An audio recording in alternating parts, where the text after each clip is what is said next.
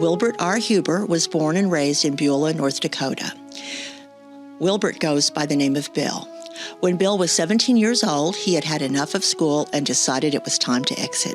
3 of Bill's friends had decided to go and join the Air Force. Bill had to beg his mother to sign for him to join, since he was underage. That was not an easy job. June the 11th, 1951, he was on his way to Lockheed Air Force Base in Texas when he completed basic training and was transferred to Nellis Air Force Base in Las Vegas, Nevada to cook school. He was transferred to Long Beach.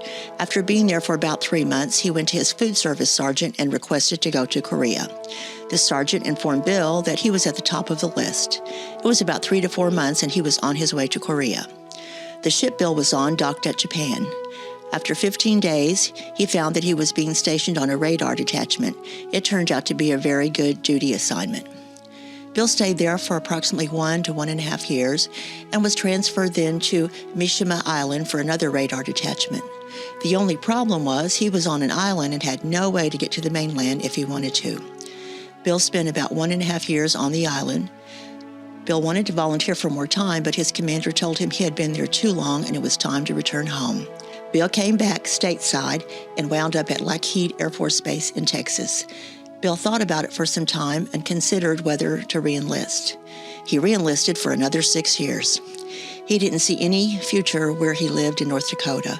Bill volunteered for Japan again, but he had no such luck. When he reached his orders, it was for England.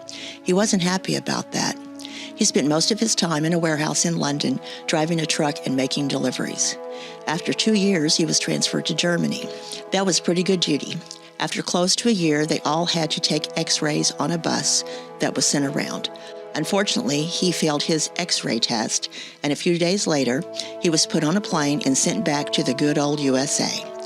Bill spent 2 years in a veterans hospital before being released to go home. Bill is an active member of the VFW Post 3707 in Tahlequah. He is a member of the Disabled American Veterans and an officer. Bill is also involved with the Cherokee County Veterans Council. Bill was instrumental in getting the post rehabilitated in Tahlequah. Bill, we thank you for your dedication and service.